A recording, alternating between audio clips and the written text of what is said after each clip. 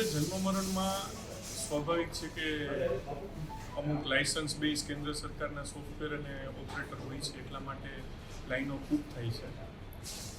બે રીતે નિરાકરણ થઈ શકે. એક તો જે પ્રશ્ન છે તાત્કાલિક ઉકેલાય એ માટેનો પ્રયત્ન થાય, આવો જ અને બીજો જે પ્રશ્ન છે કે જે લોકો રજૂઆત કરવા આવે છે, જ્યાં સુધી સંપૂર્ણ ઉકેલ નથી આવતો ત્યાં સુધી સારા વાતાવરણમાં બેસે, એમને સારી સુવિધા મળે. એટલે સૂચના આપી છે કે સરસ બધા માટે બેસવાની ચેર નખાવે, છાંયડો કરે અને પીવાનું પાણી દર અડધી કલાકે આ ગરમીમાં આપતા.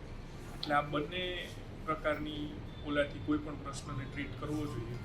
એક તો કાં તો તમે સંપૂર્ણ સોલ્યુશન લઈ આવો, ને સોલ્યુશન નથી આવતું ત્યાં સુધી જે રજૂઆત કરતા છે તે સારી સુવિધા મળે, એમનો સમય બરબાદ ન થાય એ પ્રમાણેનું આયોજન કરી. અમે ડીએમસીને તાત્કાલિક બોલાવ્યા છે અને તેમને ત્યાં જ બેસવાનું કીધું છે કે જ્યાં સુધી આ ઉકેલ ન આવે ત્યાં સુધી ડીએમસી પોતે બેસી અને ત્વરિત પગલાં લેવડાવશે. અને હું પોતે પણ અડધી કલાક પછી પાછી મુલાકાત લઉં.